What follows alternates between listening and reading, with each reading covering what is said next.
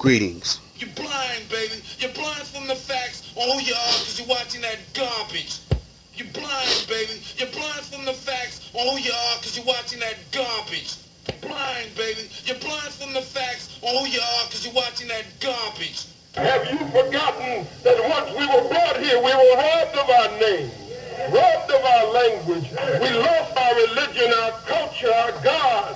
And many of us, by the way we act, we even lost our mind. Black Light here, Elder Black Light. I don't consider myself a teacher.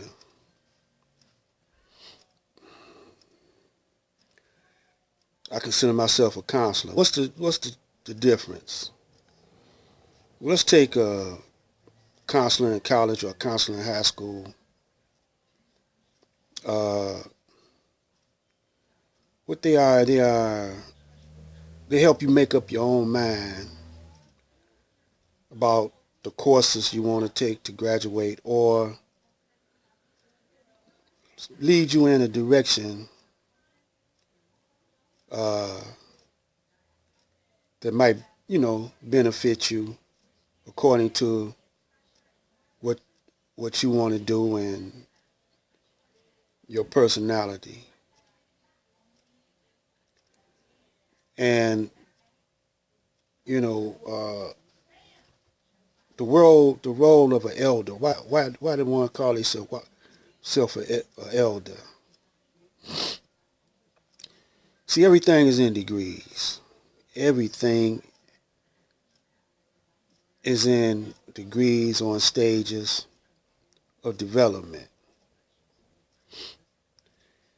Laws are set up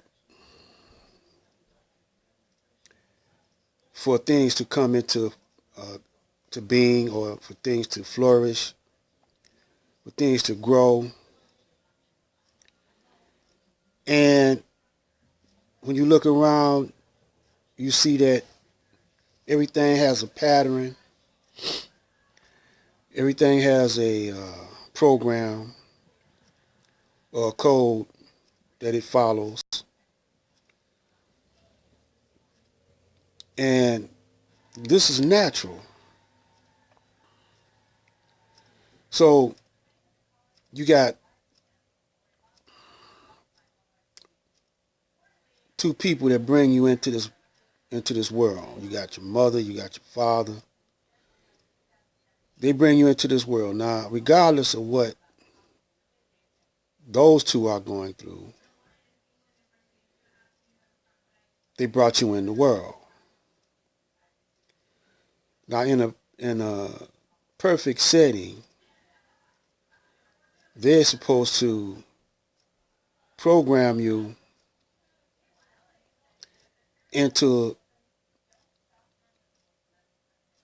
a certain behavior, certain frame of mind, a certain way of thinking. This is to keep you out of harm's way and to guide you on the straight way, on the best path. But if they signals are confused, if they haven't never absorbed certain information, then you as you grow, you start developing habits. And if they don't know how to grow you in the right way, well, they won't tell you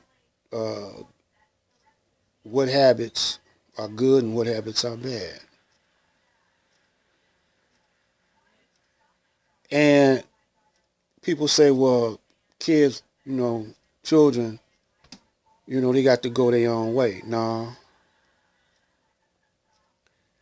It appears that children, go their own way. But whatever trait that the parents have usually is passed down to the child. And a whole lot of parents say, well, I wouldn't like that. Yeah, it's some parts of you. It may be a microscopic part that the child picked up on, but they got it from you, whether it's good or bad. So this is prevalent throughout a society of people. And you could call it a society or you could call it a culture. But to cultivate, when you say this is my culture, it's a group of people that have a certain pattern and a certain a group willpower. It's a willpower that an individual have, and it's a willpower that a group has. And it's a personality that an individual have, and it's a personality that a group have. So for centuries and centuries, things are done a certain way in your culture. And, how do you settle disputes, how you, give justice and whatever. It's practice. You like one big family. The language you use is a reflection of what's in your mind, how you think manifests itself into reality. Then you have a will, which is part, is a power. The word God means the possessor of power for us. You hear people talking about, well, I don't want to use that word master. Well, that word master could be used for good or it could be used for negative. Just like anything, it's a positive and a negative, way, a righteous way and an unrighteous way to do anything. It's always two sides to the thing. And I say two or more sides to it. But however the situation is, at the intro it said, have you forgotten that you were robbed of your names, your culture, and everything else? Yeah, we've forgotten it because we were absorbed in an unrighteous culture. Now we begin to behave like this culture or society, which has established itself in institutions. And the institutions are programmed to hate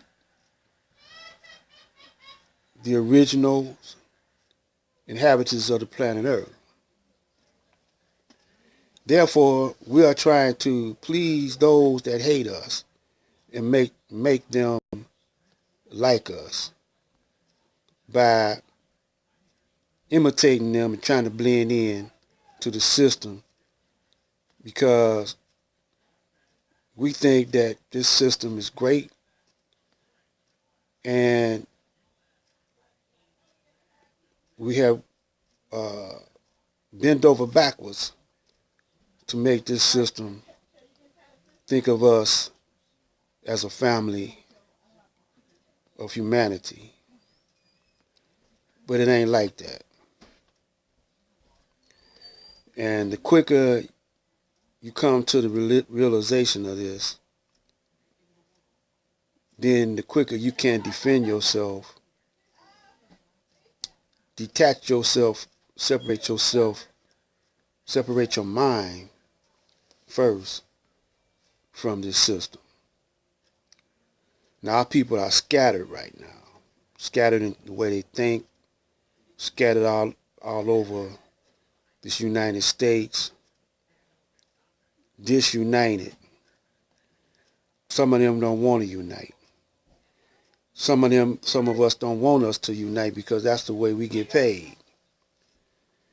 Not looking no further than their nose.